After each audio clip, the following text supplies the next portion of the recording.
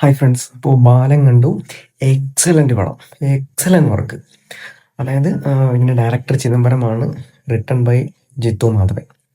പിന്നെ ഈ പടം കാണാനായിട്ട് എൻ്റെ മെയിൻ മോട്ടീവ് എന്ന് പറയുന്നത് ഈ പടത്തിൻ്റെ പ്രൊഡ്യൂസേഴ്സാണ്, അതായത് KVN പ്രൊഡക്ഷൻസ്. സിമ്പിളായിട്ട് പറയുകയാണെന്നുണ്ടെങ്കിൽ ജനനായകൻ്റെയും ടോക്സിക്കിൻ്റെയും പ്രൊഡ്യൂസർ. അപ്പോൾ അത്രയും വലിയൊരു പ്രൊഡക്ഷൻ കമ്പനി ഒരു മലയാളം പടം ബാക്കപ്പ് ചെയ്യണമെന്നുണ്ടെങ്കിൽ സ്റ്റോറിയിൽ ഒന്നുമില്ലാണ്ട് അവർ കയറി ബാക്കപ്പ് ചെയ്യത്തില്ല. പിന്നെ വേറൊരാൾ കൂടിയുണ്ട്, ശൈലജ ദേശായി ഫിൻ. ഇവർ രണ്ടുപേരും കൂടിയാണ് പ്രൊഡ്യൂസേഴ്സ്. പിന്നെ പടത്തിൻ്റെ ടെക്നിക്കൽ സൈഡ് ചിദംബരം, ജിത്തു മാധവൻ, അതേപോലെ ക്യാമറ ഷൈജു ഖാലിദാണ്, മ്യൂസിക് സുഷിൻ ശ്യാം.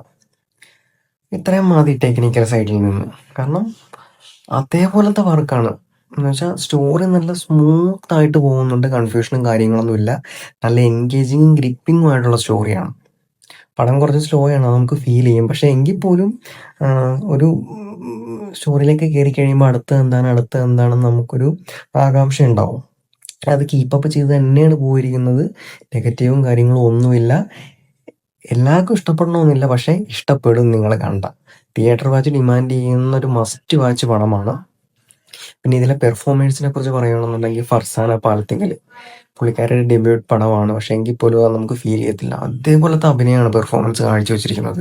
പിന്നെ പിള്ളേർ രണ്ടുപേര് ആദിശേഷൻ, സിനാൻ, ടോഫിനോ, പിന്നെ director Girish Shedi, Jean Paul Lali, Beena Antony, എല്ലാവരും പെർഫോമർ സൈഡിൽ നിന്ന് ഒരു കുറ്റം കുറവും പറയാനില്ല. എല്ലാവരും നല്ല അടിപൊളിയായിട്ട് ചെയ്തിട്ടുണ്ട്.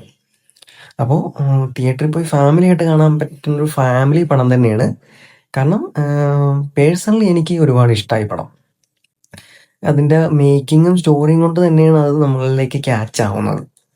അപ്പോൾ തിയേറ്റർ വാച്ച് എന്തായാലും മിസ്സാക്കണ്ട. കാണണമെന്ന് ആഗ്രഹമുള്ളവർ എന്തായാലും പോയി കാണുക. എന്നിട്ട് നിങ്ങളുടെ ഒപ്പീനിയൻ കമൻ്റ് ഇടുക.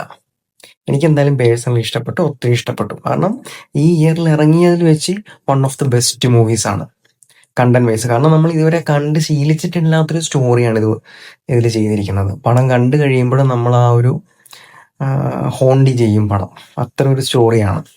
അപ്പോൾ എല്ലാവരും തിയേറ്ററിൽ പോയി തന്നെ കാണണം. അടുത്തൊരു വീഡിയോ ആയിട്ട് കാണുന്നവരെ ബൈ.